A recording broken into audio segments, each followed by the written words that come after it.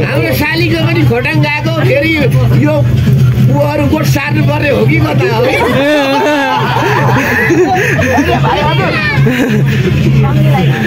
गोठ सार्ने काम चाहिँ गर्छ है साडु भाइ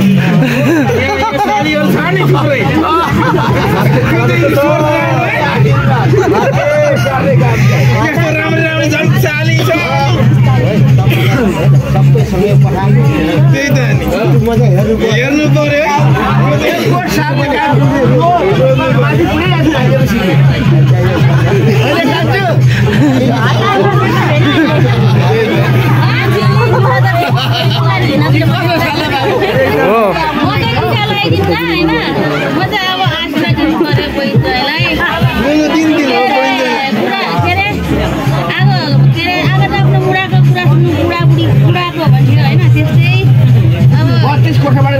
हिमालजुली जस्तो उज्यालो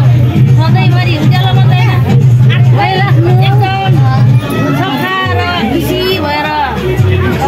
अलिकति अरू भन्दा पनि हुनु पर्यो नि त अनि अब त्यस्तै राम्रो भाइ बहिनीलाई हामीले देख्न पाऊँ खुसीमा खुसी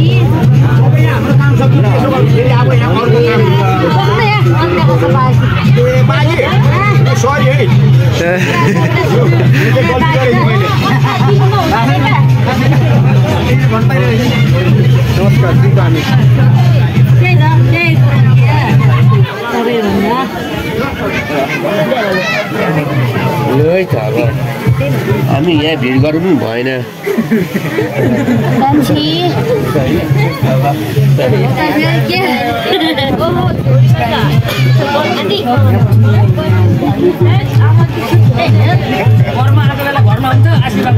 त्यही त नि आशीर्वाद लिँदा हुन्छ क्या लिनुपर्छ यहाँको लिनुपर्छ नदिएको नदिनु माग्छ पाएन माग्नु हुँदैन मागेर त